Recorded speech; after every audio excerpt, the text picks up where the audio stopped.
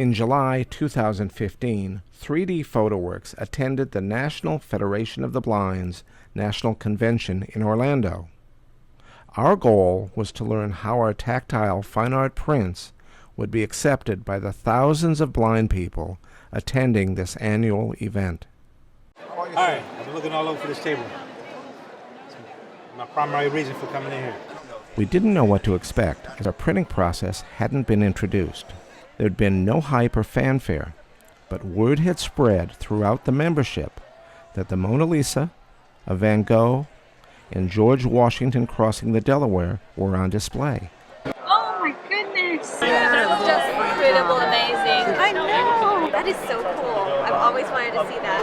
That is really neat. Oh, Lisa, wow. I mean, I don't need my eyes. Wow, this is so cool. Prior to the convention, I'd made a list of questions I'd planned to ask the blind convention goers. A lot of time I enjoy the world, but usually I enjoy through somebody else's eyes. Feeling Mona Lisa yesterday, it definitely, because I always heard smile, but her smile by touching and feel, I got it, it's almost like a little shy, like she knows a secret. It's not an exact smile, but a little bit. And so sometimes feeling it and explaining it is not always the same. After a while, I realized all I had to do was listen, and I'd learned the potential impact that our patented printing process could provide the world's blind population. We'll start right here. Okay. Tell me, what do you feel?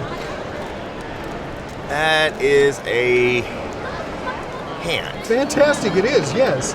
That's his shoulder, his left shoulder. Right. There's his head. Yes. You're coming up And here and right here. He's wearing either he's wearing something or he's got a lot of hair. Right, he's got a chapeau. A chapeau. I think that's what they call it. And yeah, a hat in And French. if you look over here, his hands, right here, Oh, yeah, he's his leaning hand- up against his... He's put it on his face. or Right. something. He's got this very melancholy look about his face. It's like he's there, but he's really not. He's gazing off. Can you feel his eyes? Yeah, they're like really wide open. Yeah, and he's gazing off into another place.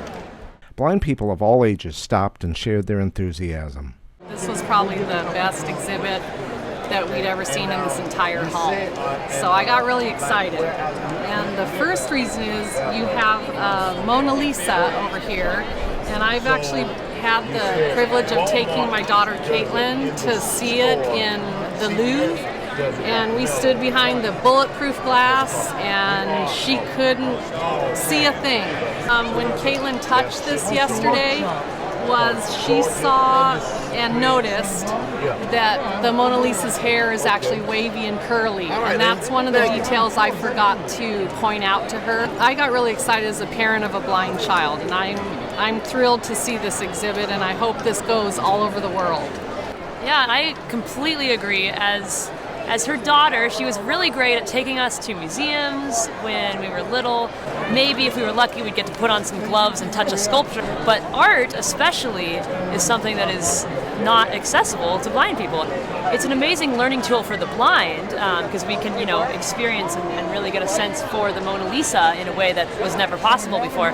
5 days of listening to this audience confirmed that our technology offers blind people much more than the world's greatest art. Time and again they told us of their pursuit for basic civil rights, independence, and freedom, and how being able to see art on their own takes them one step closer to achieving equality with those of us that are sighted. It's recently been described to us by another blind person. It's freedom. Yeah, it is freedom, right? Independence, freedom, whatever you call it.